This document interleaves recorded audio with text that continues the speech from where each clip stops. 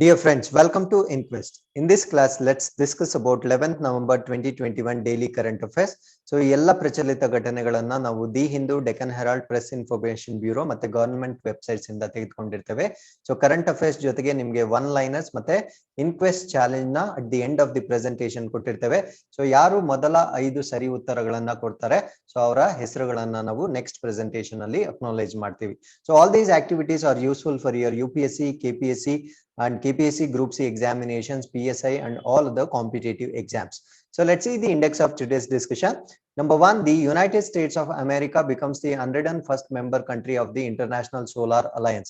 So International Solar Alliance group ಏನಿದೆ, so ಈ ಒಂದು ಗ್ರೂಪ್ಗೆ ಯುನೈಟೆಡ್ ಸ್ಟೇಟ್ಸ್ ಆಫ್ ಅಮೆರಿಕಾ 101ನೇ ಸದಸ್ಯ ರಾಷ್ಟ್ರವಾಗಿ ಸೇರ್ಪಡೆಗೊಂಡಿದೆ. ಹಾಗಿದ್ರೆ ಈ ಒಂದು ಆರ್ಟಿಕಲ್ ಅಲ್ಲಿ ನಾವು ಇಂಟರ್ನ್ಯಾಷನಲ್ ಸೋಲಾರ್ ಅಲಯನ್ಸ್ ಬಗ್ಗೆ ಕಂಪ್ಲೀಟ್ ಆಗಿ ತಿಳಿದುಕೊಳ್ಳೋಣ. So article number 2, cabinet approves restoration and continuation of member of parliament local area development scheme. So ಇದನ್ನ ನಾವು MPLADS ಅಂತ ಕೂಡ ಕರಿತೀವಿ. ಸೊ ಈ MPLADS ಸ್ಕೀಮ್ ಏನಿದೆ, ಇದು COVID-19 ಕಾರಣದಿಂದ ಹಾಲ್ಟ್ ಆಗಿತ್ತು ಅಥವಾ ಸ್ಟಾಪ್ ಆಗಿತ್ತು. ಇದನ್ನ ಮತ್ತೆ ರೆಸ್ಟೋರೇಷನ್ ಮತ್ತೆ ಕಂಟಿನ್ಯೂಷನ್ ಮಾಡ್ಲಿಕ್ಕೆ ಕ್ಯಾಬಿನೆಟ್ ಅಪ್ರೂವ್ ಮಾಡಿರುತ್ತೆ. ಹಾಗಿದ್ರೆ MPLADS ಬಗ್ಗೆ ನಾವು ಇಲ್ಲಿ ಕಂಪ್ಲೀಟ್ ಆಗಿ ತಿಳ್ಕೊಳ್ತಾ ಬರೋಣ. So article number 3, India launches E-Amrit portal on electric vehicles at COP26. So conferences of parties 26 ಅಲ್ಲಿ ಭಾರತ ರಾಷ್ಟ್ರ E-Amrit ಪೋರ್ಟಲ್ ಅನ್ನ ಲಾಂಚ್ ಮಾಡಿರುತ್ತೆ. ಸೊ ಈ ಪೋರ್ಟಲ್ ನ ಆಬ್ಜೆಕ್ಟಿವ್ಸ್ ನ ನಾವು ಕಂಪ್ಲೀಟ್ ಆಗಿ ಡಿಸ್ಕಸ್ ಮಾಡೋಣ.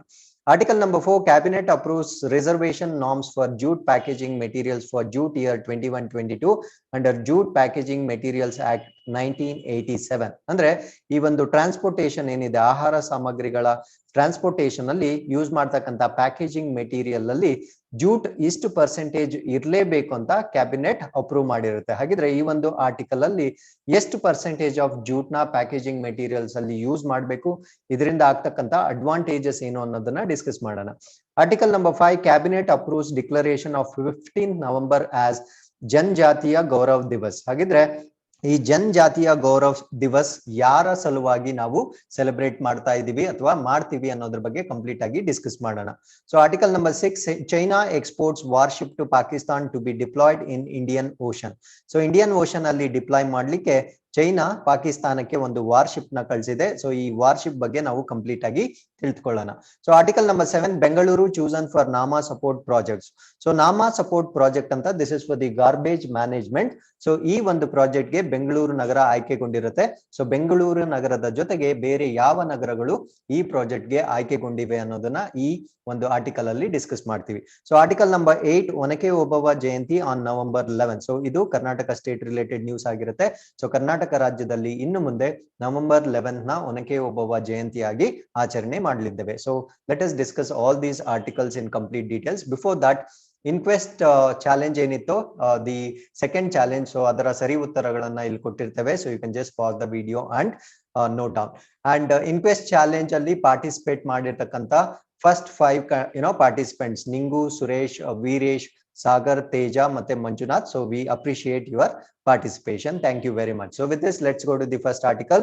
The United States of America becomes the 101st member country of the International Solar Alliance. So ಇದರ ಒಂದು ಉದ್ದೇಶ ಏನು ಅಂದ್ರೆ, so in a big boost to accelerate global adoption of solar energy, John Kerry, US Special Presidential Envoy for Climate, announced that the UNFCCC COP26 that the United States of America has joined the International Solar Alliance as a member country. So ಈ COP26 ಏನ್ ನಡೀತಾ ಇದೆ, conferences of parties 26 ಏನ್ ನಡೀತಾ ಇದೆ, ಈ ಒಂದು conferences of parties ಅಲ್ಲಿ ಯುನೈಟೆಡ್ ಸ್ಟೇಟ್ಸ್ ಆಫ್ ಅಮೆರಿಕಾ ಅದು ಕೂಡ ಇಂಟರ್ನ್ಯಾಷನಲ್ ಸೋಲಾರ್ ಅಲಯನ್ಸ್ ಗ್ರೂಪ್ ಗೆ ಜಾಯಿನ್ ಆಗಿದೆ ಅಂತ ಅನೌನ್ಸ್ ಮಾಡಿದೆ. ಸೊ ಇದರ ಉದ್ದೇಶ ಏನು ಅಂದ್ರೆ, to accelerate global adoption of solar energy. ಈ ಸೋಲಾರ್ ಅಥವಾ ಸೌರಶಕ್ತಿ ಏನಿದೆ, ಸೊ ಇದರ ಒಂದು ಅಡಾಪ್ಷನ್ ನ ಆ ಸ್ಪೀಡ್ ನ ಇನ್ಕ್ರೀಸ್ ಮಾಡ್ತಕ್ಕಂಥ ಸಲುವಾಗಿ, ಅಥವಾ to harness global usage of solar energy, United States of America International solar Alliance member ಆಗಿ ಜಾಯಿನ್ ಆಗಿದೆ. ಸೊ ಇದನ್ನ COP26 ಅಲ್ಲಿ ಅವರು ಅನೌನ್ಸ್ ಮಾಡಿರ್ತಾರೆ. So US becomes the 101st country to sign the framework agreement of the ISA to catalyze global energy transition through solar led approach. ಅಂದ್ರೆ ಇಲ್ಲಿವರೆಗೂ ಈ International solar alliance ಗೆ 100 ರಾಷ್ಟ್ರಗಳು ಮೆಂಬರ್ ಕಂಟ್ರೀಸ್ ಆಗಿ ಜಾಯ್ನ್ ಆಗಿರುತ್ತೆ. ಈಗ ಅಮೆರಿಕ ಕೂಡ ಇದರ ಮೆಂಬರ್ ನೇಷನ್ ಆಗಿರುತ್ತೆ. ಇದರ ಪ್ರಮುಖ ಉದ್ದೇಶ ಏನು ಅಂದ್ರೆ ಸೌರಶಕ್ತಿಯ ಬಳಕೆಯನ್ನ ಹೆಚ್ಚು ಮಾಡ್ಲಿಕ್ಕೆ ಈ ಅಸೋಸಿಯೇಷನ್ ಅಥವಾ ಅಲಯನ್ಸ್ ನ ಮಾಡಲಾಗಿರುತ್ತೆ. ಹಾಗಿದ್ರೆ ಈ ಇಂಟರ್ನ್ಯಾಷನಲ್ ಸೋಲಾರ್ ಅಲಯನ್ಸ್ ನ ಮೊದಲ ಬಾರಿಗೆ ಯಾರು ಮಾಡಿದ್ರು ಅಥವಾ ಯಾರು ಲಾಂಚ್ ಮಾಡಿದ್ರು ಅಂದ್ರೆ so it was launched by the prime minister of India and farmer president of France on 30th November 2015 at the 21st session of United Nations Climate Change Conference of Parties COP21 in Paris, France. So COP21 so ಇದೆಲ್ಲ ನಡೀತು ಅಂದ್ರೆ France ಅಲ್ಲಿ ನಡೀತು. So ಇದು France ಅಲ್ಲಿ ನಡಿಬೇಕಾದ್ರೆ ಇದು 21ನೇ COP ಆಗಿತ್ತು. So ಈ 21ನೇ COP ಯಲ್ಲಿ ಭಾರತ ದೇಶದ ಪ್ರಧಾನ ಮಂತ್ರಿ ಮತ್ತೆ ಫ್ರಾನ್ಸ್ ನ ಪ್ರೆಸಿಡೆಂಟ್ ಈ ಇಂಟರ್ನ್ಯಾಷನಲ್ ಸೋಲಾರ್ ಅಲಯನ್ಸ್ ನ ಲಾಂಚ್ ಮಾಡಿರ್ತಾರೆ. ಸೊ ಅದಾದ್ಮೇಲೆ ಇದಕ್ಕೆ 100 ಮೆಂಬರ್ ಕಂಟ್ರೀಸ್ ಜಾಯ್ನ್ ಆಗಿರುತ್ತೆ. ಸೊ ಈಗ COP26 ಅಲ್ಲಿ 26ನೇ COP ಅಲ್ಲಿ USA ತಾನು ಕೂಡ ಸದಸ್ಯ ರಾಷ್ಟ್ರವಾಗಿ ಸೇರ್ಕೊಳ್ತೇನೆ ಅಂತ ಅನೌನ್ಸ್ ಮಾಡಿರುತ್ತೆ. So the approach and methods detailed in the framework have already delivered results. ಅಂದ್ರೆ ಇದರ ಒಂದು ಆಬ್ಜೆಕ್ಟಿವ್ಸ್ ಏನಿತ್ತು ಸೊ ಅದು ಆಲ್ರೆಡಿ ರಿಸಲ್ಟ್ಸ್ ನ ಡೆಲಿವರ್ ಮಾಡ್ಲಿಕ್ಕೆ ಸ್ಟಾರ್ಟ್ ಆಗಿದೆ. ಹೇಗೆ ಅಂದ್ರೆ international solar alliance building solar project pipeline of nearly 5 gigawatt installed capacity. So already ಒಂದು 5 gigawatt ಕೆಪಾಸಿಟಿ ಇರತಕ್ಕಂತ ಒಂದು ಪೈಪ್ಲೈನ್ ನ ಸೊ ಈ ಇಂಟರ್ನ್ಯಾಷನಲ್ ಸೋಲಾರ್ ಅಲಯನ್ಸ್ ಅಡಿಯಲ್ಲಿ ಆಲ್ರೆಡಿ ಕನ್ಸ್ಟ್ರಕ್ಷನ್ ಸ್ಟಾರ್ಟ್ ಆಗಿದೆ. The approach detailed in this framework will culminate in the vision of interconnected global grids, which was formalized and jointly launched as the Green Grids Initiative, One Sun, One World, One Grid during the World Leaders Summit of COP26 in Glasgow on 2nd November 2021 by UK Presidency of COP26 and Indian Presidency of International Solar Alliance. ಅಂದ್ರೆ ಈ interconnected global grid ಏನಿದು interconnected global grid ಅಂದ್ರೆ so ನಾವೊಂದು globe ನ ತೆಗೆದುಕೊಂಡಾಗ ಒಂದು ಭೂಮಿಯನ್ನ ನಾವು ತೆಗೆದುಕೊಂಡಾಗ due to its rotation around the sun so ಅದು ಸೂರ್ಯನ ಸುತ್ತಾ ಇರೋದ್ರಿಂದ 24 ಗಂಟೆಗಳಲ್ಲಿ ಸೊ ಅರ್ಧ ಗ್ಲೋಬ್ ಅಲ್ಲಿ ಬೆಳಕಿರುತ್ತೆ, ಇನ್ನ ಅರ್ಧ ಗ್ಲೋಬ್ ಅಲ್ಲಿ ಕತ್ತಲಿರುತ್ತೆ. ಸೊ ಈ ಸೋಲಾರ್ ಎನರ್ಜಿನ ಸ್ಟೋರ್ ಮಾಡೋದು ವೆರಿ ವೆರಿ ಎಕ್ಸ್ಪೆನ್ಸಿವ್. ಸೊ ಅದರಿಂದ ಏನ ಮಾಡ್ತಾರಂದ್ರೆ ಎಲ್ಲಿ ಬೆಳಕಿರ್ತಕ್ಕಂಥ ರಾಷ್ಟ್ರಗಳಿಂದ ಕತ್ತಲಿರುವ ರಾಷ್ಟ್ರಗಳಿಗೆ ನೇರವಾಗಿ ಸೌರಶಕ್ತಿಯನ್ನ ಕನೆಕ್ಟ್ ಮಾಡ್ತಾರೆ. ಸೊ ಇದನ್ನ ನಾವೇನಂತ ಕರಿತೀವಿ ಅಂದ್ರೆ ಇಂಟರ್ ಕನೆಕ್ಟೆಡ್ ಗ್ಲೋಬಲ್ ಗ್ರಿಡ್ಸ್ ಅಂತ ಕರಿತೀವಿ. ಗ್ಲೋಬಲ್ ಗ್ರಿಡ್ಸ್ ಅಂದ್ರೆ ಒಂದು ರಾಷ್ಟ್ರದಿಂದ ಇನ್ನೊಂದು ರಾಷ್ಟ್ರಕ್ಕೆ ಸೌರ ಶಕ್ತಿಯನ್ನ ನೇರವಾಗಿ ಕನೆಕ್ಟ್ ಮಾಡೋ ಮೆಥಡ್ ನ ನಾವು ಇಂಟರ್ ಕನೆಕ್ಟೆಡ್ ಗ್ಲೋಬಲ್ ಗ್ರಿಡ್ಸ್ ಅಂತ ಕರಿತೀವಿ. ಸೊ ಇದನ್ನ ಗ್ರೀನ್ ಗ್ರಿಡ್ಸ್ ಇನಿಷಿಯೇಟಿವ್ ಅಂತ ಕರಿತೀವಿ. ಯಾಕೆ ಇದನ್ನ ಗ್ರೀನ್ ಗ್ರಿಡ್ಸ್ ಇನಿಷಿಯೇಟಿವ್ ಅಂತ ಕರಿತೀವಿ ಅಂದ್ರೆ ಸೊ ಇದರಿಂದ ಯಾವುದೇ ಗ್ರೀನ್ ಹೌಸ್ ಗ್ಯಾಸಸ್ ರಿಲೀಸ್ ಆಗಲ್ಲ. ನಮಗ್ ಗೊತ್ತು solar energy is the purest form of the energy. So ಅದಕ್ಕೆ ಇದನ್ನ ನಾವು ಒನ್ ಸನ್, ಒಂದೇ ಸೂರ್ಯ, ಒನ್ ವರ್ಲ್ಡ್, ಒಂದೇ ಪ್ರಪಂಚ, ಮತ್ತೆ ಒನ್ ಗ್ರಿಡ್, ಸೊ ಎಲ್ಲದನ್ನು ಒಂದು ಗ್ರಿಡ್ ಮುಖಾಂತರ ಕನೆಕ್ಟ್ ಮಾಡೋದಿಕ್ಕೆ COP26 ಅಲ್ಲಿ ಇದನ್ನ ಅಫಿಷಿಯಲ್ ಆಗಿ ಲಾಂಚ್ ಮಾಡಲಾಗಿರುತ್ತೆ. ಸೊ ಈ COP26 ನ ಅಧ್ಯಕ್ಷತೆಯನ್ನ UK ರಾಷ್ಟ್ರ ತೆಗೆದುಕೊಂಡಿರುತ್ತೆ ಮತ್ತು ಇಂಟರ್ನ್ಯಾಷನಲ್ ಸೋಲಾರ್ ಅಲಯನ್ಸ್ ನ ಅಧ್ಯಕ್ಷತೆಯನ್ನ ಇಂಡಿಯಾ ಪಡೆದುಕೊಂಡಿರುತ್ತೆ. ಸೊ ಇದನ್ನ ನಾವು UK ಪ್ರೆಸಿಡೆನ್ಸಿ COP26 ಅಂತ ಹೇಳ್ತೀವಿ, Indian presidency international solar alliance ಅಂತ ಕರಿತೀವಿ. ಹಾಗಿದ್ರೆ earlier at COP26, the United States also joined the steering committee of GGI-OSOWOG, comprising of 5 members: USA, Australia, France, United Kingdom and India. So steering committee ಅಂದ್ರೆ so ಈ ಒಂದು initiative ಏನಿದೆ GGI-OSOWOG initiative ಏನಿದೆ so ಅದನ್ನ ಮುನ್ನಡೆಸಲಿಕ್ಕೆ 5 ರಾಷ್ಟ್ರಗಳನ್ನ ಆಯ್ಕೆ ಮಾಡ್ಕೊಂಡಿದ್ದಾರೆ. So 5 ರಾಷ್ಟ್ರಗಳಿಗೆ USA ಕೂಡ ಆಡ್ ಆಗಿರುತ್ತೆ. ಅಂದ್ರೆ USA ಇಂಟರ್ನ್ಯಾಷನಲ್ ಸೋಲಾರ್ ಅಲಯನ್ಸ್ ಮಾತ್ರ ಆಡ್ ಆಗಿಲ್ಲ, ಈ ಸೋಲಾರ್ ಅಲಯನ್ಸ್ ನ ಸ್ಟೀರಿಂಗ್ ಕಮಿಟಿ ಏನಿದೆ ಸೊ ಅದರಲ್ಲಿರ್ತಕ್ಕಂಥ 5 ರಾಷ್ಟ್ರಗಳ ಪೈಕಿ USA ಕೂಡ ಒಂದಾಗಿರುತ್ತೆ. ಹಾಗಿದ್ರೆ ಬೇರೆ 4 ರಾಷ್ಟ್ರಗಳು ಯಾವ್ದ್ಯಾವ್ದು ಅಂದ್ರೆ ಆಸ್ಟ್ರೇಲಿಯಾ, ಫ್ರಾನ್ಸ್, UK ಮತ್ತೆ India and endorse the one sun declaration along with 80 countries. So ಇನ್ನಿತರ 80 ರಾಷ್ಟ್ರಗಳೊಂದಿಗೆ ಈ ಒನ್ ಸೋಲಾರ್ ಡಿಕ್ಲರೇಷನ್ ಏನಿದೆ ಸೊ ಇದನ್ನ ಅವರು ಒಪ್ಕೊಂಡಿರ್ತಾರೆ. So with this, let's go to the second article. Cabinet approves restoration and continuation of Member of Parliament Local Area Development Scheme. So ಅದನ್ನ ನಾವು MPLADS ಅಂತ ಕರಿತೀವಿ. ಸೊ ಈ MPLADS ಸ್ಕೀಮ್ ಏನಾಗಿರುತ್ತೆ ಅಂದ್ರೆ COVID-19 ಕಾರಣದಿಂದ ಸ್ಟಾಪ್ ಆಗಿರುತ್ತೆ. ಸೊ ಇದನ್ನ ಮತ್ತೆ ರೀಅಪ್ರೂವ್ ಮಾಡಿದೆ cabinet. So the union cabinet, so this comes under central government, ಅದಕ್ಕೆ Union Cabinet chaired by the Prime Minister has approved the restoration and continuation of Member of Parliament Local Area Development Scheme during the remaining part of the financial year 21-22 and up to financial year 25-26 co-terminus with the period of 15th Finance Commission. ಅಂದ್ರೆ so ಈಗಾಗಲೇ ನಾವು ಅರ್ಧ financial year ನ complete ಮಾಡಿರ್ತೀವಿ, 21-22 ನ ಅರ್ಧ financial complete ಮಾಡಿರ್ತೀವಿ. So remaining part of the ಆರ್ಥಿಕ ವರ್ಷ ಏನಿರುತ್ತೆ, ಫಿನಾನ್ಷಿಯಲ್ ಇಯರ್ ಏನಿರುತ್ತೆ, ಸೊ ಈ remaining part of the financial year ಗೆ ಸೊ MPLAD ನ ಮರು ಲಾಂಚ್ ಮಾಡಲಾಗಿರುತ್ತೆ, ಸೊ ರೀಸ್ಟಾರ್ಟ್ ಮಾಡಲಾಗಿದೆ. ಸೊ ಇದು ಎಲ್ಲಿವರೆಗೂ ಕಂಟಿನ್ಯೂ ಆಗುತ್ತೆ ಅಂದ್ರೆ ಆರ್ಥಿಕ ವರ್ಷ 2025-26 ಕಂಟಿನ್ಯೂ ಆಗುತ್ತೆ. ಸೊ ಈ ಒಂದು ಪೀರಿಯಡ್ ನ ನಾವು 15th ಫಿನಾನ್ಸ್ ಕಮಿಷನ್ ಅಂತ ಕರಿತೀವಿ. ಸೊ ಈ 15th ಫಿನಾನ್ಸ್ ಕಮಿಷನ್ ಅಲ್ಲಿ so remaining part of 21-22 and till 25-26 ವರೆಗೂ MPLAD ಇನ್ಮೇಲೆ ಲಾಗು ಆಗುತ್ತೆ. So let's know the details of this particular scheme. So ಈ MPLAD scheme ಅಂದ್ರೆ ಏನು ಅಂತ ಕಂಪ್ಲೀಟ್ ಆಗಿ ತಿಳ್ಕೊಳ್ಳೋಣ. The MPLADS is the central sector scheme fully funded by the government of India. So ಇದು ಒಂದು ಸೆಂಟ್ರಲ್ ಸೆಕ್ಟರ್ ಸ್ಕೀಮ್ ಆಗಿರೋದ್ರಿಂದ so ಇದಕ್ಕೆ ಕಂಪ್ಲೀಟ್ ಫಂಡ್ ಸೆಂಟ್ರಲ್ ಗವರ್ಮೆಂಟ್ ಇಂದಾನೆ ಬರುತ್ತೆ. The objective of the scheme is to enable MPs to recommend works of developmental nature with emphasis on creation of durable community assets in the areas of drinking water. ಅಂದ್ರೆ ಈ MPs ಗೆ ಒಂದು power ಕೊಟ್ಟಿರ್ತಾರೆ, ಅಂದ್ರೆ it is to the discretion of MPs, member of parliament. ಅವರ jurisdiction ಏನಿರುತ್ತೆ ಅಥವಾ ಅವರ ಕಾನ್ಸ್ಟಿಟ್ಯೂಷನ್ ಏನಿರುತ್ತೆ ಅಲ್ಲಿ ಅವರು ಡೆವಲಪ್ಮೆಂಟಲ್ ಆಕ್ಟಿವಿಟೀಸ್ ನ ಪ್ರಪೋಸ್ ಮಾಡಬಹುದು, ಹಂಗೆ ಅದನ್ನ ಎಕ್ಸಿಕ್ಯೂಟ್ ಮಾಡಬಹುದು. ಸೊ ಯಾವ ಡೆವಲಪ್ಮೆಂಟಲ್ ಏರಿಯಾಸ್ ಅಥವಾ ಯಾವ ಏರಿಯಾಸ್ಗೆ ಈ ಫಂಡ್ ನ ಯೂಸ್ ಮಾಡಬಹುದು ಅಂದ್ರೆ ಡ್ರಿಂಕಿಂಗ್ ವಾಟರ್ ಅಂದ್ರೆ ಸ್ವಚ್ಛವಾದ ಕುಡಿಯುವ ನೀರಿನ ವ್ಯವಸ್ಥೆ, ಪ್ರಾಥಮಿಕ ಶಿಕ್ಷಣ ಪ್ರೈಮರಿ ಎಜುಕೇಶನ್, ಮತ್ತೆ ಸಾರ್ವಜನಿಕ ಆರೋಗ್ಯ ಪಬ್ಲಿಕ್ ಹೆಲ್ತ್, ಸ್ಯಾನಿಟೇಷನ್ ಮತ್ತೆ ರೋಡ್ಸ್ ರಸ್ತೆಗಳು ಮತ್ತೆ ಶುಚಿತ್ವಕ್ಕೆ. ಸೊ ಎಲ್ಲಾ ಏರಿಯಾಗಳಿಗೆ so primarily in their constituencies ಅಂದ್ರೆ ಅವರ ಕಾನ್ಸ್ಟಿಟ್ಯೂಯನ್ಸಿಸ್ ಎಲ್ಲೆಲ್ಲಿರುತ್ತೆ ಅಲ್ಲಿ ಈ ಫಂಡ್ ನ ಅವರು ಯುಟಿಲೈಸ್ ಮಾಡಬಹುದಾಗಿರುತ್ತೆ. The annual MPLAD fund entitlement per member of parliament constituency is 5 crore. ಅಂದ್ರೆ ಒಂದು ಎಂಪಿಗೆ ಪರ್ ಮೆಂಬರ್ ಆಫ್ ಪಾರ್ಲಿಮೆಂಟ್ ಒಂದು ಕಾನ್ಸ್ಟಿಟ್ಯೂಯನ್ಸಿಗೆ ಅವರಿಗೆ 5 ಕೋಟಿ ಅಂದ್ರೆ 5 crore MPLADS ಇಂದ ಹಣ ಬರುತ್ತೆ. ಸೊ ಇದನ್ನ 2 ಇನ್ಸ್ಟಾಲ್ಮೆಂಟ್ಸ್ ಅಲ್ಲಿ ರಿಲೀಸ್ ಮಾಡ್ತಾರೆ. So first 2.5 crore and remaining 2.5 crore. So subject to the fulfillment of conditions as per the MPLADS guidelines. So ಈ MPLAD guidelines ಏನಿರುತ್ತೆ ಅದನ್ನ ಫುಲ್ಫಿಲ್ ಮಾಡಿದ ನಂತರ ಈ ಫಂಡ್ಸ್ ನ ಅಲೋಕೇಟ್ ಮಾಡಲಾಗುತ್ತೆ. The process under MPLAD starts with the members of the parliament recommending works to the nodal district authority. So ಒಂದು nodal district authority ಅಂತ ಇರುತ್ತೆ. ಸೊ ಈ ನೋಡಲ್ ಡಿಸ್ಟ್ರಿಕ್ಟ್ ಅಥಾರಿಟಿಗೆ ಮೆಂಬರ್ ಆಫ್ ಪಾರ್ಲಿಮೆಂಟ್ಸ್ ಏನಿರ್ತಾರೆ ಸೊ ಇವರು ಅವ್ರು ಏನೇನು ಕೆಲಸಗಳನ್ನ ಮಾಡಬಹುದು ಅನ್ನೋದನ್ನ ರೆಕಮೆಂಡೇಶನ್ಸ್ ಕೊಡ್ಬೇಕಾಗತ್ತೆ. The nodal district concerned is responsible for implementing the eligible works recommended by the members of the parliament and maintaining the details of individual works executed and the amount spent under the scheme. So ಈ nodal district ಏನಿದೆ so ಅವರು proposal ನ submit ಮಾಡಿದ್ಮೇಲೆ ಅಂದ್ರೆ ಅವರ ಏನೇನ್ recommendations ಇದೆ ಅವರ ಏರಿಯಾದಲ್ಲಿ ಏನೇನ್ ಇಂಪ್ರೂವ್ ಮಾಡಬೇಕು ಅನ್ನೋ ರೆಕಮೆಂಡೇಶನ್ ನ ಸಬ್ಮಿಟ್ ಮಾಡಿದ್ಮೇಲೆ ಸೊ ಇದು ಹಣವನ್ನ ಅವರಿಗೆ ಬಿಡುಗಡೆ ಮಾಡುತ್ತೆ depending upon there proposal.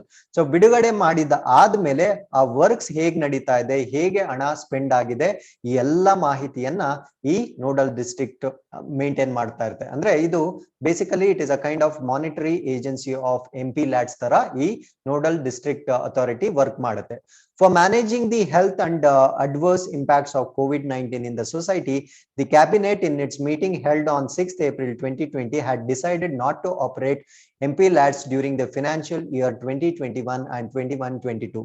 So ನಮಗೆಲ್ಲ ತಿಳಿದಿರೋ ಹಾಗೆ ಕೋವಿಡ್ ವೇವ್ 1 and ವೇವ್ 2 2021 ಮತ್ತೆ 21-22 ಅಲ್ಲಿ COVID-19 ಇದ್ದ ಕಾರಣದಿಂದ ಈ MPLAD ಸ್ಕೀಮ್ ನ ಆಪರೇಟ್ ಮಾಡಬಾರ್ದು ಅಂತ ಕ್ಯಾಬಿನೆಟ್ ಡಿಸೈಡ್ ಮಾಡಿತ್ತು. And place the fund at the disposal of Ministry of Finance for managing the impacts of COVID-19 pandemic. So ಈ ಎಲ್ಲಾ ಫಂಡ್ ನ COVID-19 ಪ್ಯಾಂಡಮಿಕ್ ಗೆ ಯುಟಿಲೈಸ್ ಮಾಡಬೇಕು ಅಂದ್ಬಿಟ್ಟು MPLADS ನ ಸ್ಟಾಪ್ ಮಾಡಲಾಗಿತ್ತು. ಬಟ್ ಇವಾಗ ಮತ್ತೆ ಈ MPLAD ಸ್ಕೀಮ್ ನ ರೀಲಾಂಚ್ ಮಾಡಲಾಗಿದೆ. ಸೊ ಇದನ್ನ ಕ್ಯಾಬಿನೆಟ್ approve ಮಾಡಿದೆ. So with this, let's go to the next article. So this article is related to NITI Aayog. So India launches E-Amrit portal on electric vehicles at COP 26. ಹಾಗಿದ್ರೆ ಈ E-Amrit portal ಬಗ್ಗೆ ನಾವು ತಿಳಿದುಕೊಳ್ಳೋಣ. So India launched E-Amrit, a web portal on electric vehicles at ongoing ಇಲ್ಲ. So ಇದು already complete ಆಗಿದೆ. COP 26 summit in Glasgow, UK. So UK ಅಲ್ಲಿ ನಡೆದಂತಹ ಗ್ಲಾಸ್ಗೋ ಕಾಪ್ 26 ಅಲ್ಲಿ ಈ ಪೋರ್ಟಲ್ ನ ಇಂಡಿಯಾ ಲಾಂಚ್ ಮಾಡಿರುತ್ತೆ. ಸೊ E-Amrit is, ಸೊ ಇದರ ಪರ್ಪಸ್ ಏನು ಅಂದ್ರೆ it is one stop destination for all information on electric vehicles. So ಈ ಎಲೆಕ್ಟ್ರಿಕ್ ವೆಹಿಕಲ್ಸ್ ಗೆ ಸಂಬಂಧಪಟ್ಟ ಹಾಗೆ ಎಲ್ಲಾ ಮಾಹಿತಿಯನ್ನ ನಾವು ಈ ಪೋರ್ಟಲ್ ಅಲ್ಲಿ ತಿಳಿದುಕೊಳ್ಬಹುದು. ಸೊ ಯಾವ ತರಹದ ಮಾಹಿತಿ ಅಂದ್ರೆ busting myths around the adoption of electric vehicles. So myth ಅಂದ್ರೆ ನಮ್ಮ ತಪ್ಪು ಗ್ರಹಿಕೆಗಳು ಏನಿರುತ್ತೆ ಈ ಎಲೆಕ್ಟ್ರಿಕ್ ವೆಹಿಕಲ್ಸ್ ಕುರಿತಂತೆ ನಮ್ಗೆ ಏನೇನು ತಪ್ಪು ಗ್ರಹಿಕೆಗಳು ಏನಿರುತ್ತೆ ಸೊ ಅದನ್ನೆಲ್ಲ ನಾವು ಈ ಪೋರ್ಟಲ್ ಅಲ್ಲಿ ಸಾಲ್ವ್ ಮಾಡ್ಕೊಳ್ಬಹುದು. ಅಂದ್ರೆ ನಮ್ ಡೌಟ್ಸ್ ಏನಿರುತ್ತೆ ಅದನ್ನೆಲ್ಲ ಕ್ಲಿಯರ್ ಮಾಡ್ಕೊಳ್ಬಹುದು. ದೇರ್ ಪರ್ಚೇಸ್, ಅವುಗಳನ್ನ ಖರೀದಿ ಹೇಗ್ ಮಾಡ್ಬೇಕು.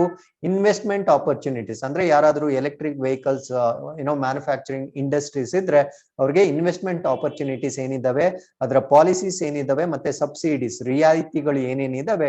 ಸೊ ಇದನ್ನೆಲ್ಲ ನಾವು E-Amrit ಪೋರ್ಟಲ್ ಅಲ್ಲಿ ತಿಳಿದುಕೊಳ್ಬಹುದು. The portal has been developed and hosted by NITI Aayog. So ಇದನ್ನ ಡೆವಲಪ್ ಮಾಡಿರೋದು ಮತ್ತೆ ಅದನ್ನ ಹೋಸ್ಟ್ ಮಾಡಿರೋದು ನೀತಿ ಆಯೋಗ್. ಯಾರ ಸಹಯೋಗದೊಂದಿಗೆ ಅಂದ್ರೆ collaborative knowledge exchange program with the UK government. So UK government ನ ಸಹಯೋಗದೊಂದಿಗೆ ನೀತಿ ಆಯೋಗ್ ಈ ಒಂದು ಪೋರ್ಟಲ್ ಅನ್ನ ಡೆವಲಪ್ ಮಾಡಿ ಮತ್ತೆ ಇದನ್ನ ಹೋಸ್ಟ್ ಮಾಡಿದೆ. It is as a part of UK India joint road map 2030.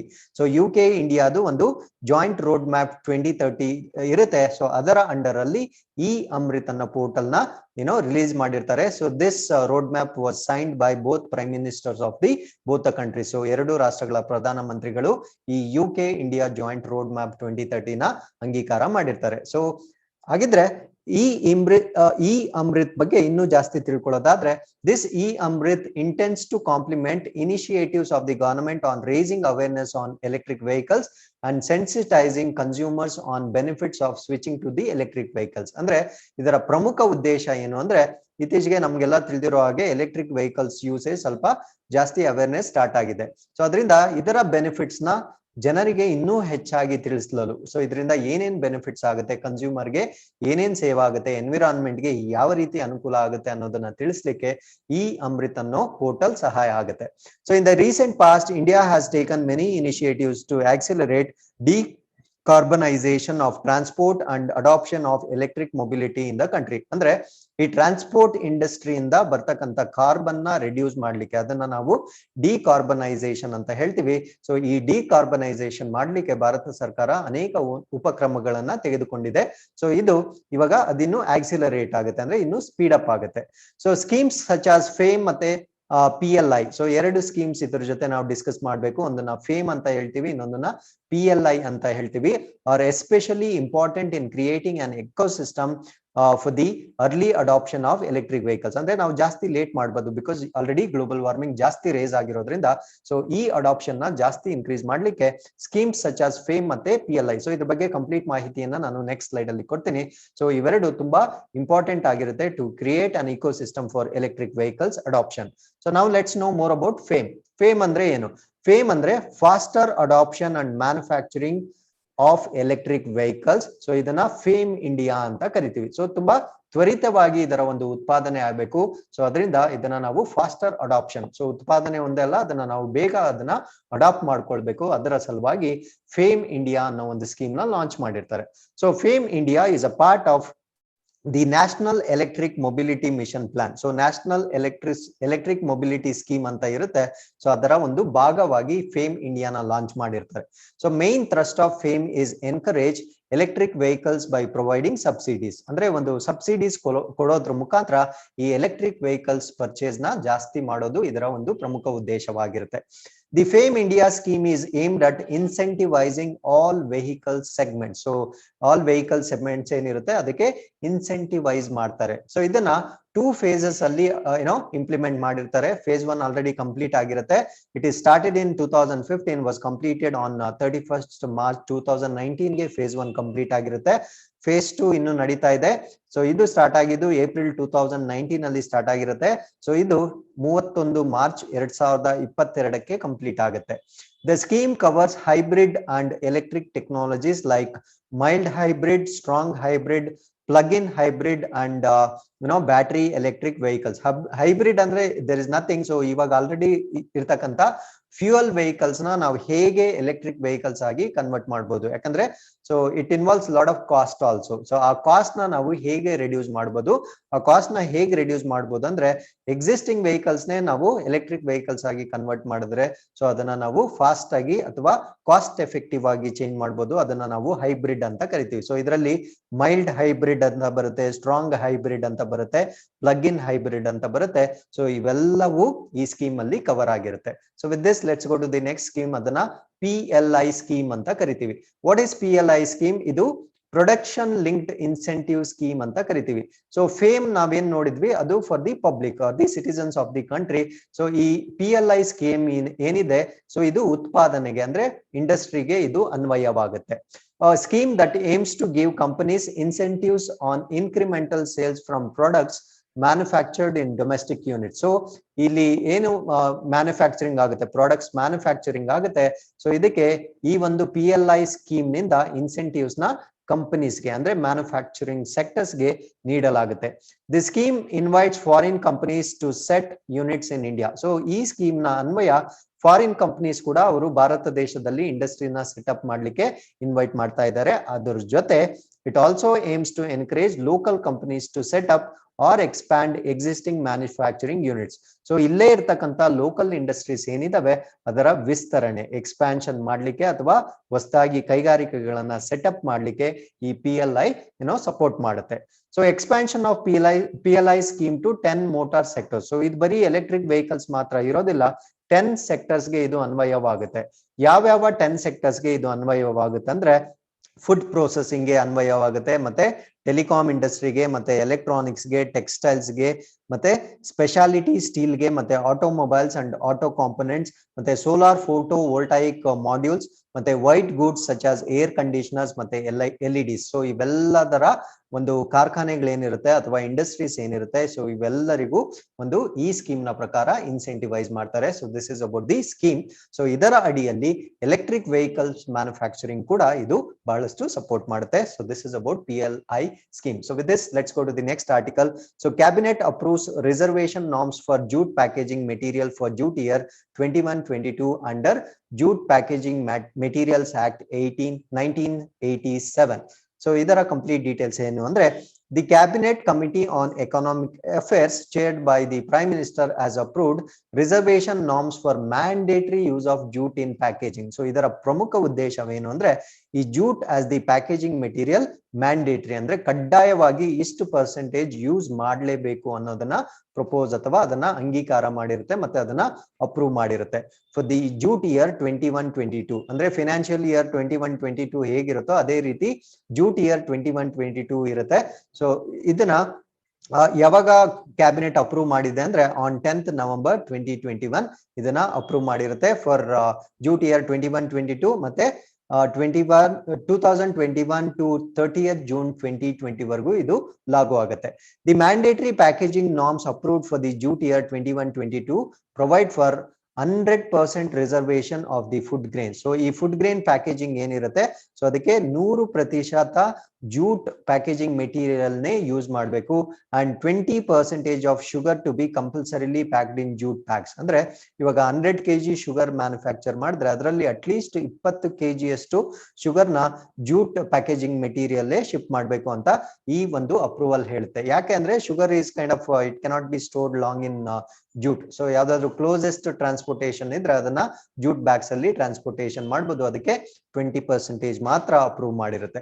The reservation norms in present proposal would further protect the interest of domestic production of raw jute and jute packaging material in India, thereby making India self-reliant in consonance with Atmanirbhar Bharat. So ಇದರ ಒಂದು ಪ್ರಮುಖ ಉದ್ದೇಶ ಏನು ಅಂದ್ರೆ ಭಾರತ ದೇಶದಲ್ಲಿ ಎಲ್ಲೆಲ್ಲಿ jute production ಆಗುತ್ತೋ ಸೊ ಇದನ್ನ ಜೂಟ್ ಪ್ಯಾಕೇಜಿಂಗ್ ಮೆಟೀರಿಯಲ್ ನ ಕಂಪಲ್ಸರಿ ಮಾಡೋದ್ರಿಂದ ಸೊ ಈ ಆತ್ಮನಿರ್ಭರ್ ಭಾರತ್ ನಾವ್ ಹೇಳ್ತಾ ಇರ್ತೀವಲ್ವಾ, ವೋಕಲ್ ಫಾರ್ ಲೋಕಲ್ ಅಂತ ಹೇಳ್ತೀವಿ. ಅಂದ್ರೆ ನಾವೇ ಮ್ಯಾನುಫ್ಯಾಕ್ಚರ್ ಮಾಡ್ತಕ್ಕಂಥ ವಸ್ತುಗಳನ್ನ ನಾವು ಬಳಸಬೇಕು. ಅದರಿಂದ ಇಲ್ಲಿರ್ತಕ್ಕಂಥ ಆರ್ಥಿಕತೆನೆ ಬಹಳಷ್ಟು ಹೆಚ್ಚಾಗುತ್ತೆ ಅಥವಾ ಇಂಪ್ರೂವ್ ಆಗುತ್ತೆ. ಸೊ ಇದನ್ನ ಸೆಲ್ಫ್ ರಿಲಯಂಟ್ ಇಂಡಿಯಾ ಅಂತ ಕರಿತೀವಿ, ಅಂದ್ರೆ ಸ್ವಾವಲಂಬಿ ಭಾರತ ಅಂತ ಕರಿತೀವಿ. ಸೊ ಇದನ್ನ ಮಾಡುವ ಉದ್ದೇಶದಿಂದ ಅಂದ್ರೆ ಭಾರತವನ್ನು ಸ್ವಾವಲಂಬಿ ಭಾರತ ಮತ್ತೆ ನಮ್ಮ ಲೋಕಲ್ ಎಕಾನಮಿನ ಇಂಪ್ರೂವ್ ಮಾಡೋ ಉದ್ದೇಶದಿಂದ ಸೊ ಈ ಜೂಟ್ ಪ್ಯಾಕೇಜಿಂಗ್ ಮೆಟೀರಿಯಲ್ ನ ಕಂಪಲ್ಸರಿ 100% ಫುಡ್ ಗ್ರೈನ್ಸ್ ಟ್ರಾನ್ಸ್ಪೋರ್ಟೇಷನ್ ಮಾಡುವಾಗ ಯೂಸ್ ಮಾಡಲೇಬೇಕು ಅಂತ ಅಪ್ರೂವ್ ಮಾಡಿದೆ. So by bringing in to effect the provisions of jute packaging material act, the government will provide relief to 0.37 million worker employed in jute mills and ancillary units, as well as support to the livelihood of around 4 million farm families. So ಈ ಒಂದು jute initiation ಏನಿದೆ ಇದರ ಪ್ರಕಾರ ಏನಾಗುತ್ತಂದ್ರೆ so ಇದು ಎಷ್ಟು ಜನಕ್ಕೆ beneficiary ಆಗ್ತಾ ಇದೆ ನೋಡಿ. So 0.37 million workers employed in jute mills. So jute mills ಅಲ್ಲಿ ಎಂಪ್ಲಾಯ್ಡ್ ಆಗಿರ್ತಕ್ಕಂಥ 0.37 ಮಿಲಿಯನ್ ಜನರಿಗೆ, ಮತ್ತೆ ಆನ್ಸಿಲರಿ ಯೂನಿಟ್ಸ್ ಅಂದ್ರೆ ಇದಕ್ಕೆ ಬೇಕಾಗಿರ್ತಕ್ಕಂಥ ಪರ್ಯಾಯವಾಗಿ ಸಪೋರ್ಟ್ ಯೂನಿಟ್ಸ್ ಏನಿರುತ್ತೆ ಸೊ ಅದಕ್ಕೂ ಕೂಡ ಸಪೋರ್ಟ್ ಮಾಡುತ್ತೆ. And total livelihood of around 4 million farm families. ಒಂದು 4 ಮಿಲಿಯನ್ ರೈತ ಕುಟುಂಬಗಳಿಗೆ ಇದರಿಂದ ಬಹಳಷ್ಟು ಅನುಕೂಲವಾಗುತ್ತೆ.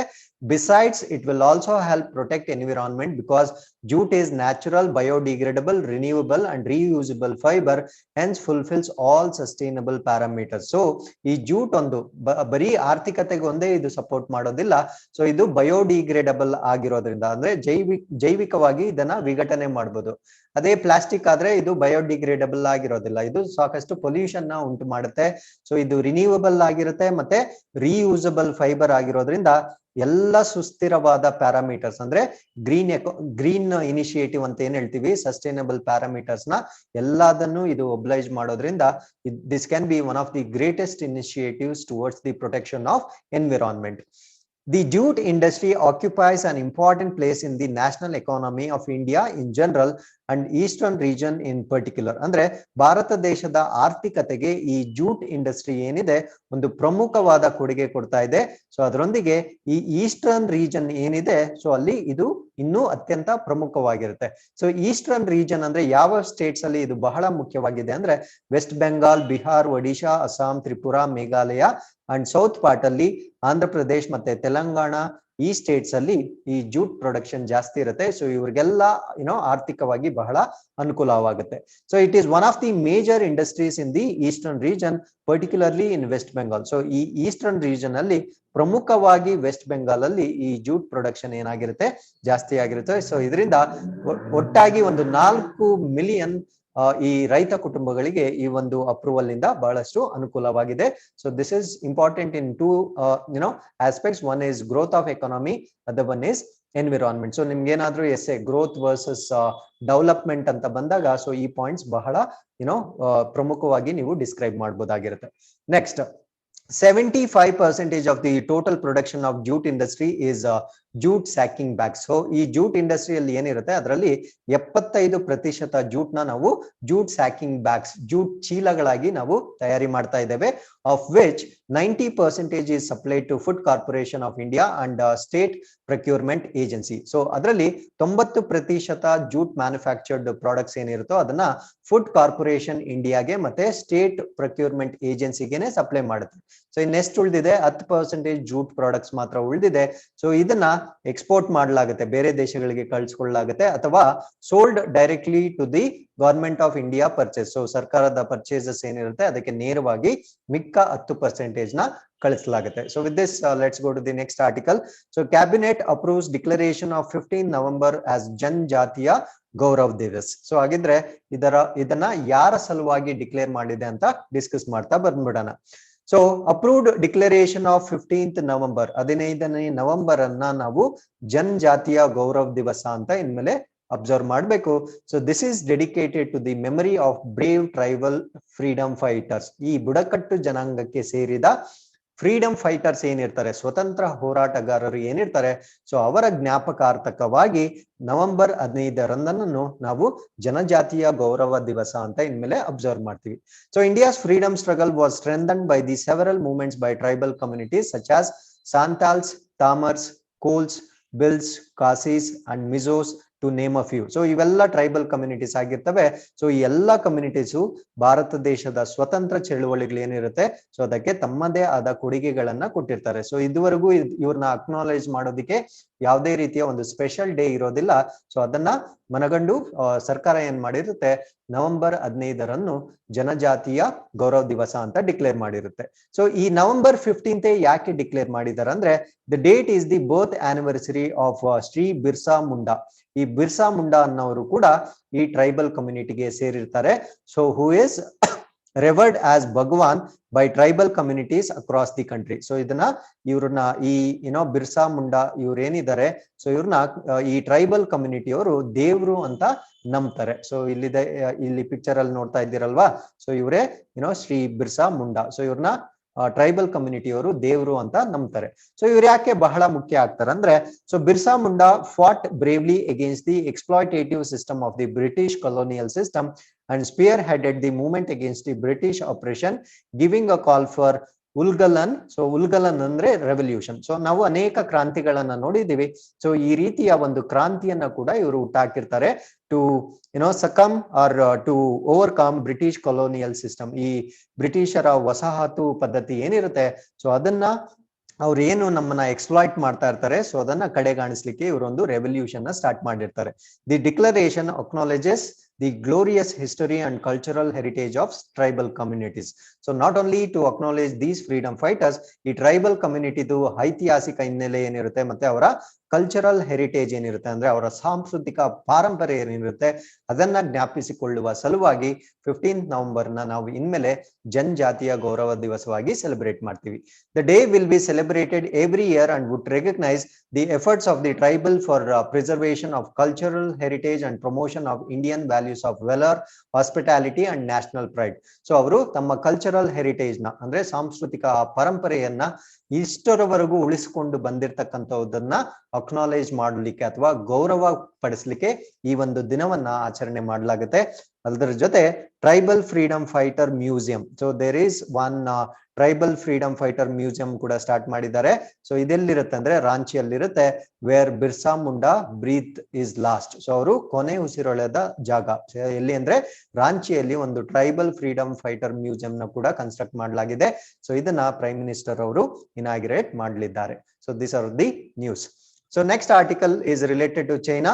China exports warship to Pakistan to be deployed in Indian Ocean. So Indian Ocean ನಲ್ಲಿ ಡಿಪ್ಲಾಯ್ ಮಾಡಲಿಕ್ಕೆ ಚೈನಾದವರು ಪಾಕಿಸ್ತಾನಕ್ಕೆ ಒಂದು ವಾರ್ಶಿಪ್ ನ ಕಳಿಸಿದ್ದಾರೆ.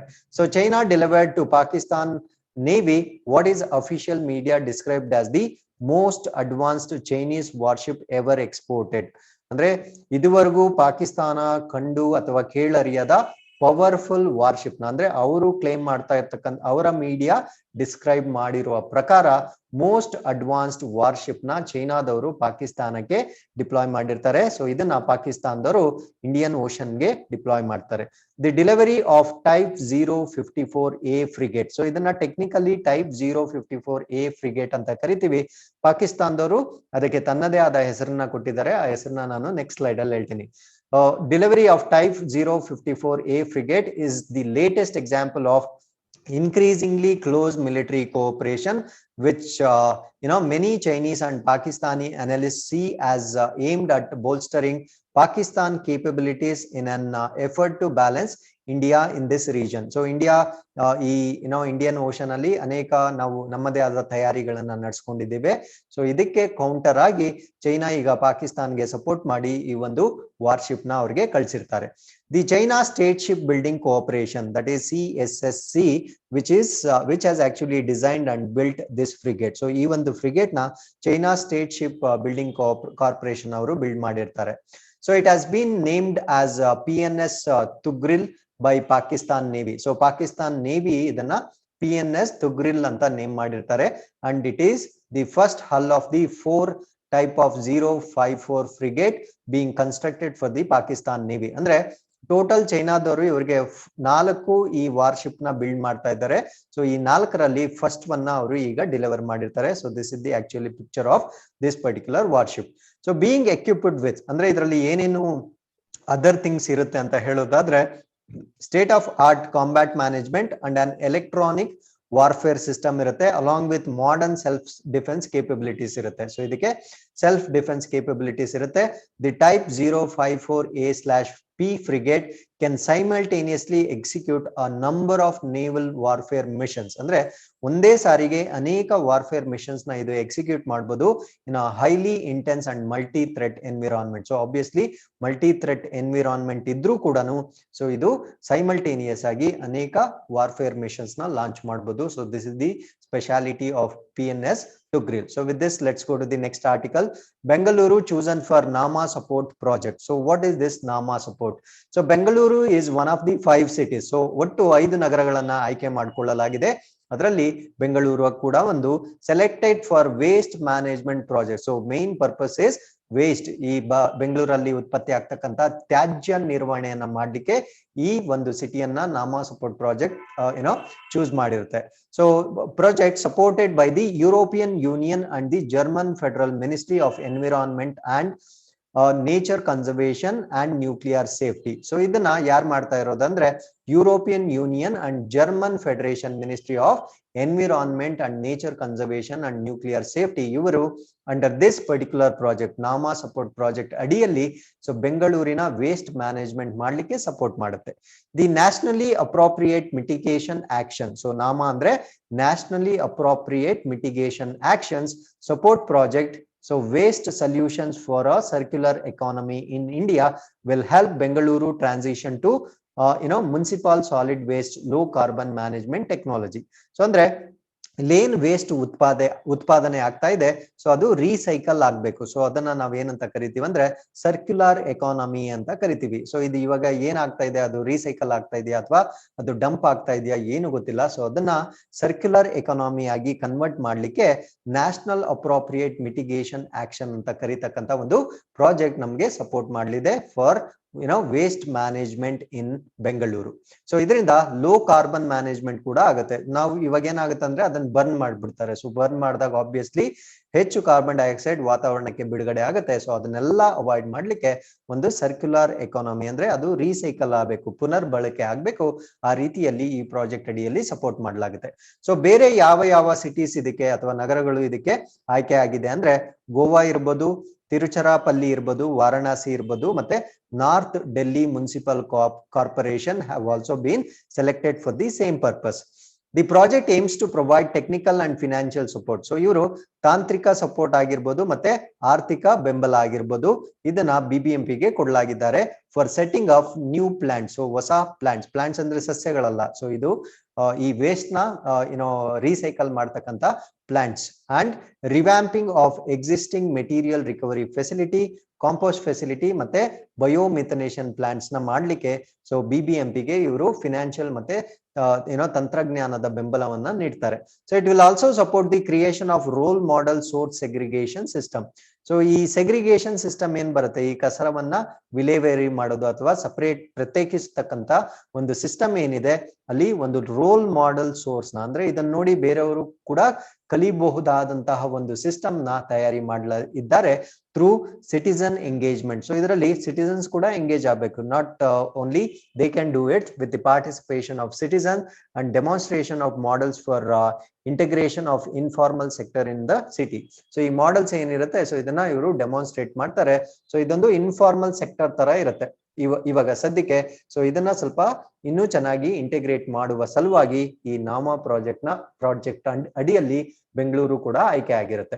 ಸೊ ಕೊನೆಯ article Obavva Jayanti on November 11. So in ಮುಂದೆ ಕರ್ನಾಟಕ ರಾಜ್ಯದಲ್ಲಿ ನವೆಂಬರ್ 11 ನಾವು ಒನಕೆ ಓಬವ್ವ ಜಯಂತಿಯಾಗಿ ಆಚರಣೆ ಮಾಡಲಿದ್ದೇವೆ. The state government has decided to celebrate Onake Obavva Jayanti on November 11 throughout the state as per the government order. So ಸರ್ಕಾರದ ಆದೇಶದ ಮೇರೆಗೆ ನವೆಂಬರ್ 11ರಂದು ಒನಕೆ ಓಬವ್ವ ಜಯಂತಿಯಾಗಿ ನಾವು ಆಚರಣೆ ಮಾಡ್ತೀವಿ. It stated that Kannada and cultural department, so Kannada ಮತ್ತೆ ಸಾಂಸ್ಕೃತಿಕ ಇಲಾಖೆ ಏನಿದೆ, had proposed celebrating birth anniversary of Onake Obavva. So Onake ಓಬವ್ವರ ಬರ್ತ್ ಆನಿವರ್ಸರಿನ ಸೆಲೆಬ್ರೇಟ್ ಮಾಡ್ಬೇಕಂತ ಪ್ರಪೋಸ್ ಮಾಡಿತ್ತು.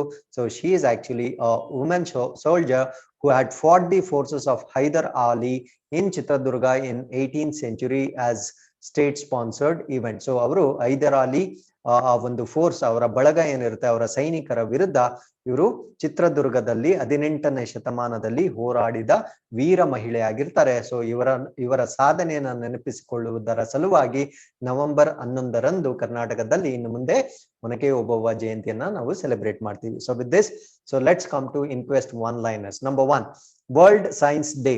So World Science Day for Peace and Development is being celebrated on November 10th. So ಜ್ಞಾಪಕ ಇಟ್ಕೊಳ್ಳಿ, November 10th ನಾವು ವರ್ಲ್ಡ್ ಸೈನ್ಸ್ ಡೇ ಆಗಿ ಸೆಲೆಬ್ರೇಟ್ ಮಾಡ್ತೀವಿ. ಈ ವರ್ಷದ ಥೀಮ್ ಏನು ಅಂದ್ರೆ building climate ready communities. So number 2, harbinger 2021. So ಇದೊಂದು ಕ್ಯಾಂಪೇನ್ ಆಗಿರುತ್ತೆ. ಸೊ ಇದನ್ನ Reserve Bank of India organise ಮಾಡ್ತಾ ಇದೆ. ಸೊ ಇದೇನು ಅಂದ್ರೆ first global hackathon on theme of digital payment. So ಈ ಡಿಜಿಟಲ್ ಪೇಮೆಂಟ್ಸ್ ಏನಿದೆ, ಸೊ ಅದರ ಥೀಮ್ ಆಗಿಟ್ಕೊಂಡು harbinger 2021 Reserve Bank of India organise ಮಾಡ್ತಾ ಇದೆ.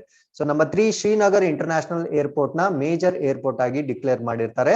The civil aviation ministry issued a notification declaring the airport of Srinagar international airport as a major airport under the airport economy regulatory authority act 2008. Next, Kerala government is trying to create database for people above 30. ಅಂದ್ರೆ 30 ವರ್ಷಕ್ಕಿಂತ ವಯಸ್ಸಾಗಿರ್ತಕ್ಕಂಥವ್ರನ್ನ ಒಂದು database ನ create ಮಾಡ್ತಾ ಇದೆ. ಯಾವುದು ಅಂದ್ರೆ Kerala government. So ಇದರ ಉದ್ದೇಶ ಏನು ಅಂದ್ರೆ 30 ವರ್ಷದ ನಂತರ ಈ ಲೈಫ್ ಸ್ಟೈಲ್ ಡಿಸೀಸಸ್ ಬರುತ್ತೆ, ಅಂದ್ರೆ ಜೀವನ ಶೈಲಿಗೆ ಸಂಬಂಧಪಟ್ಟ ಕಾಯಿಲೆಗಳು, BP ಇರ್ಬೋದು, ಶುಗರ್ ಇರ್ಬೋದು, ಒಬೆಸಿಟಿ ಇರ್ಬೋದು. ಸೊ ಇದನ್ನ ಅರ್ಲಿ ಡಿಟೆಕ್ಷನ್ ಮಾಡಿ, ಅಂದ್ರೆ ಬೇಗ ಅದನ್ನ ಡಿಟೆಕ್ಟ್ ಮಾಡಿ ಅದನ್ನ ಟ್ರೀಟ್ಮೆಂಟ್ ಮಾಡುವ ಸಲುವಾಗಿ ಅಬೋವ್ 30 ಇಯರ್ಸ್ ಇರೋರ ಒಂದು ಡೇಟಾಬೇಸ್ ನ ಕೇರಳ ಗವರ್ನಮೆಂಟ್ ಪ್ರಿಪೇರ್ ಮಾಡ್ತಾ ಇದೆ. So anti open burning campaign. So anti open burning campaign ಅಂದ್ರೆ ಈ ಓಪನ್ ಪ್ಲೇಸಸ್ ಅಲ್ಲಿ ಈ ಸುಡುವುದೇನಿದೆ, ಈ ಬರ್ನಿಂಗ್ ಏನ್ ಮಾಡ್ತಾರೆ, ಸೊ ಅದನ್ನ ಸ್ಟಾಪ್ ಮಾಡೋದಕ್ಕೋಸ್ಕರ Delhi government is all set to launch anti open burning campaign, a month long campaign from 11th November to 11th December. So ಒಂದು ತಿಂಗಳು. ಸೊ ಇಲ್ಲಿ ಆಕ್ಚುಲಿ ಡೆಲ್ಲಿಗೆ ಈ ಸ್ಟಬಲ್ ಬರ್ನಿಂಗ್ ಏನಿದೆ ಅಂದ್ರೆ ಕೃಷಿ ತ್ಯಾಜ್ಯವನ್ನ ಸುಡುವುದರಿಂದ ಅಲ್ಲಿ ಲಾಟ್ ಆಫ್ ಪೊಲ್ಯೂಷನ್ ಕಾಸ್ ಆಗುತ್ತೆ. ಸೊ ಅದನ್ನ ಅವೇರ್ನೆಸ್ ಕ್ರಿಯೇಟ್ ಮಾಡೋದಕ್ಕೆ ಡೆಲ್ಲಿ ಗವರ್ನಮೆಂಟ್ ಈ ಆಂಟಿ ಓಪನ್ ಬರ್ನಿಂಗ್ ಕ್ಯಾಂಪೇನ್ ನ ಒಂದು ತಿಂಗಳು ನಿರಂತರವಾಗಿ ಇದನ್ನ ನಡೆಸಲಿದೆ. ಸೊ ಇಲ್ಲಿಗೆ ಇನ್ಕ್ವೆಸ್ಟ್ ಒನ್ ಲೈನರ್ಸ್ ಕಂಪ್ಲೀಟ್ ಆಗಿರುತ್ತೆ. So we come to the last segment, inquest challenge. This is challenge number 3. So question number 1, during the tenure of this freedom fighter as the Union Education Minister post independence, India's first IIT was set up in Kharagpur in 1951. So ಈ ಒಂದು ಸ್ವತಂತ್ರ ಹೋರಾಟಗಾರ union education minister ಆಗಿದ್ದಾಗ, ಅಂದ್ರೆ ಸ್ವತಂತ್ರದ ನಂತರ ಭಾರತ ದೇಶದಲ್ಲಿ ಮೊದಲ IIT-ಯನ್ನ ಖಾರಗ್ಪುರದಲ್ಲಿ ಸ್ಥಾಪಿಸಲಾಗುತ್ತದೆ in the year 1951. So you should name the person who was born on November 11th. So ಈ ಒಂದು ಪೊಲಿಟಿಷಿಯನ್ ಅಥವಾ ಫ್ರೀಡಮ್ ಫೈಟರ್ November 11th ಅವರ ಜನನ ಆಗಿರುತ್ತೆ. ಸೊ ಅವರನ್ನ ನೀವು ಹೆಸರಿಸಬೇಕಾಗುತ್ತೆ. Question number 2, November 26 is observed as the Constitution Day because the final draft of the Indian Constitution was released by the chairman of the drafting committee of the Constituent Assembly, Dr. B.R. Ambedkar on that day in 1949. So in 1949 ದಿಸನ 1949, so November 26 ನಾವು ಈ ದಿನವನ್ನ ನಾವು constitution day ಆಗಿ observe ಮಾಡ್ತೀವಿ. ಯಾಕೆಂದ್ರೆ ಈ ನಮ್ಮ constitution, Bharat ದೇಶದ ಒಂದು ಸಂವಿಧಾನದ ಫೈನಲ್ ಡ್ರಾಫ್ಟ್ ಏನಿರುತ್ತೆ, ಅಂದ್ರೆ ಅಂತಿಮ ಕರಡು ಏನಿರುತ್ತೆ, ಅದನ್ನ ಅಂದಿನ ಚೇರ್ಮನ್, ಡ್ರಾಫ್ಟಿಂಗ್ ಕಮಿಟಿ, ಕರಡು ಸಮಿತಿಯ ಚೇರ್ಮನ್ ಆಗಿರ್ತಕ್ಕಂಥ ಡಾಕ್ಟರ್ B.R. ಅಂಬೇಡ್ಕರ್ ಅವರು ರಿಲೀಸ್ ಮಾಡಿರ್ತಾರೆ. So who was the constitutional adviser? So ಈ ವೇಳೆಯಲ್ಲಿ ಕಾನ್ಸ್ಟಿಟ್ಯೂಷನಲ್ ಅಡ್ವೈಸರ್ ಯಾರಾಗಿದ್ರು? ಇವರು ಈಸ್ ಆನ್ ಎಮಿನೆಂಟ್ ಜೂರಿಸ್ಟ್ ಕೂಡ ಆಗಿರ್ತಾರೆ. Who prepared the first rough draft of the constitution. ಇವರು ಮೊಟ್ಟ ಮೊದಲ ಒಂದು ಡ್ರಾಫ್ಟ್ ಏನಿರುತ್ತೆ, ಒಂದು ರಫ್ ಡ್ರಾಫ್ಟ್ ನ ಇವರೇ ಪ್ರಿಪೇರ್ ಮಾಡಿರ್ತಾರೆ. And was ಅಕ್ನಾಲೇಜ್ಡ್ by doctor B.R. Ambedkar for this work. ಅವರ ಈ ಒಂದು ಕಾಂಟ್ರಿಬ್ಯೂಷನ್ ಇರುತ್ತೆ, ಅದಕ್ಕೆ ಡಾಕ್ಟರ್ ಅಂಬೇಡ್ಕರ್ ಅವರು ಕೂಡ ಪ್ರಶಂಸೆಯನ್ನು ವ್ಯಕ್ತಪಡಿಸಿರ್ತಾರೆ. So next question, a member of the Constituent Assembly He went on to be a part of State Reorganization Commission, whose report in 1953 ultimately paved the way to creation of 5 new states in November 1956. Name this person. Andre, so ಇವರೊಬ್ರು constituent assembly member ಆಗಿರ್ತಾರೆ. ಇವರು state reorganisation commission ನ ಒಂದು report ನ ತಯಾರಿ ಮಾಡಿರ್ತಾರೆ in the year 1953. ಈ report ನ ಆಧಾರದ ಮೇಲೆ ಭಾರತ ದೇಶದಲ್ಲಿ 5 ಹೊಸ ರಾಜ್ಯಗಳನ್ನ ಮಾಡಲಾಗುತ್ತೆ ಇನ್ ದ ಇಯರ್ 1956. ಸೊ ನೀವು ಅವರ ಹೆಸರನ್ನ ನಮಗೆ ಕಮೆಂಟ್ಸ್ ಅಲ್ಲಿ ತಿಳಿಸಬೇಕು. Question number 4, November 26, 2018 is remembered for the horrific terror attack in Mumbai. So ಮುಂಬೈಯಲ್ಲಿ ನಮಗೆಲ್ಲ ತಿಳಿದಿರೋ ಹಾಗೆ November 26, 2008 ಅಲ್ಲಿ ಒಂದು ಭಯೋತ್ಪಾದಕ ಚಟುವಟಿಕೆ ನಡೆಯುತ್ತೆ. So this police officer, he was actually assistant sub inspector ಆಗಿರ್ತಾರೆ, who was instrumental in capturing the terrorist Ajmal ಕಸಬ್ನ ಅವ್ರನ್ನ ಕ್ಯಾಪ್ಚರ್ ಮಾಡೋದ್ರಲ್ಲಿ ಇವರ ಪ್ರಮುಖ ಪಾತ್ರ ವಹಿಸಿರ್ತಾರೆ. But unfortunately succumb to death while doing so, ಅವ್ರನ್ನ ಕ್ಯಾಪ್ಚರ್ ಮಾಡೋ ಸಮಯದಲ್ಲಿ ಅವರ ಡೆತ್ ಕೂಡ ಆಗುತ್ತೆ. So he was posthumously awarded the Ashoka Chakra name him. So ಅವರ ನಿಧನದ ನಂತರ ಅವರಿಗೆ ಅಶೋಕ ಚಕ್ರ ಪ್ರಶಸ್ತಿಯನ್ನ ಕೂಡ ಕೊಟ್ಟಿರ್ತಾರೆ. ಸೊ ನೀವು ಅವರ ಹೆಸರನ್ನ ತಿಳಿಸ್ಬೇಕಾಗತ್ತೆ. ಸೊ ಇಂದು all these are the articles of the day. So we will be waiting for your answers. So if you have any questions, definitely you can put it in comments box. Thanks for watching. Namaskara.